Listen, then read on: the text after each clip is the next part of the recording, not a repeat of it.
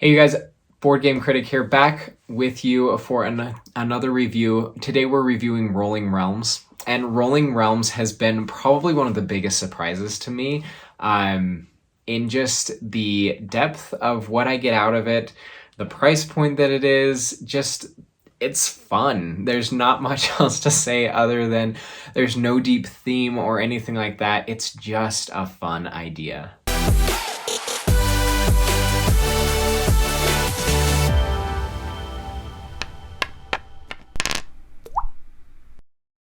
So let's talk really quick about what Rolling Realms is. Rolling Realms is a roll and write game from Stonemaier Games, and the story is actually pretty fun. Stonemaier Games started developing Rolling Realms during the pandemic as a way to offer people games to play while they were shut up indoors. So it was actually offered for free in the initial play tests and whatnot as just a game for people to download, print, and play, and it was completely free.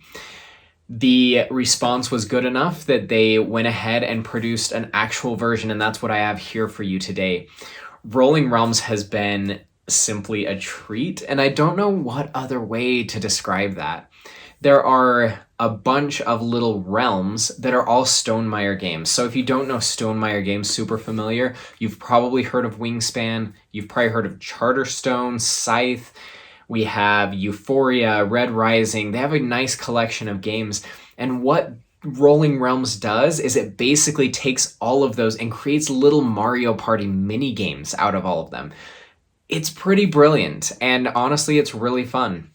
The game's pretty simple. You pull out 3 cards, 3 realms, and you're going to play through 3 rounds playing with 3 realms. So you're going to see 9 of the realms inside in each game. And basically what you do is you roll the dice and you get to assign those 2 numbers onto different realms. You cannot assign both of them into the same realm. They have to be on 2 separate ones. And those will award you different resources in the form of hearts, pumpkins, and coins. And then you can use those resources to do other things. But in each realm, you're trying to get stars. Each realm is completely different in how you do those things. I'm going to grab one. Let's take My Little Scythe, for instance.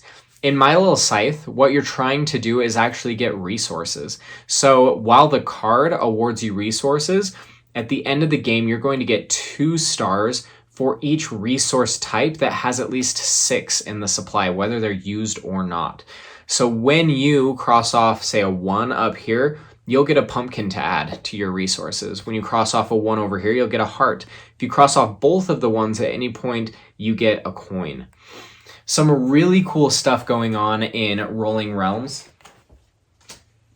Probably the coolest part is being familiar with Stonemaier Games and seeing how each of these little mini games is an allusion to the game itself.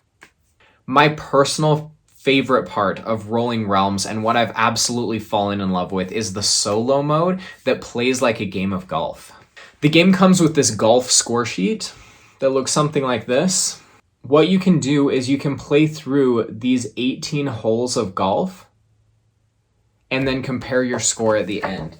Now, each hole that you play comes with its own interesting challenges. Take, for example, let's see, hole number 6. The changes that happen to the rules is that you can assign both of your rolled dice to the tapestry realm, but when you do, you cannot assign any dice created by using resources to tapestry on that turn. So you can assign 2 to tapestry, but you can't use your resources on tapestry after that. And then in order to win the game, you have to get all 6 stars in tapestry and at least 12 points overall. So each of these little mini games, I was skeptical at first that they would actually be transformative to the game, but each of these little mini games is a puzzle to figure out.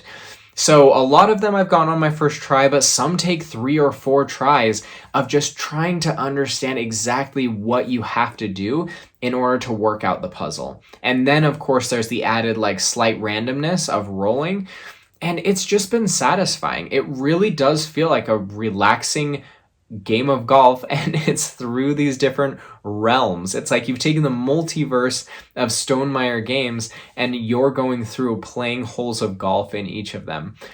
It's pretty brilliant, and Granted, I'm giving it high praise. Take it for what it is. It's a roll and write. It's meant to be light and fast and easy and approachable, and that's what it is, which I think has been so great for Stonemaier games personally. They kind of fit a very specific category of games for most of theirs. This breaks the mold, and I love that. They've since done really interesting activations as well. They've released a 5-card mini expansion that adds the Terra Mystica realm, and then they've also done something super meta. If this wasn't already meta enough, they have the rolling realms inside of Rolling Realms as an expansion. It's, yeah, I haven't experienced those two yet. I need to get them. Very excited about Rolling Realms. I need to finish up my game of golf.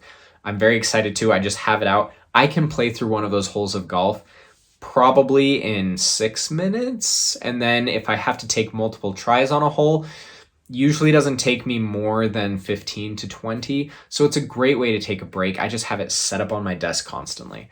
Rolling Realms is great. I honestly can't think of something that I would do to change or improve it. For what it is, it's a solid game, a solid roll and write, something that I'm very happy to have in my collection, and especially to pull out with gamers and show them like all of these little mini games of games that they might be familiar with. It's just good. Nothing but good here.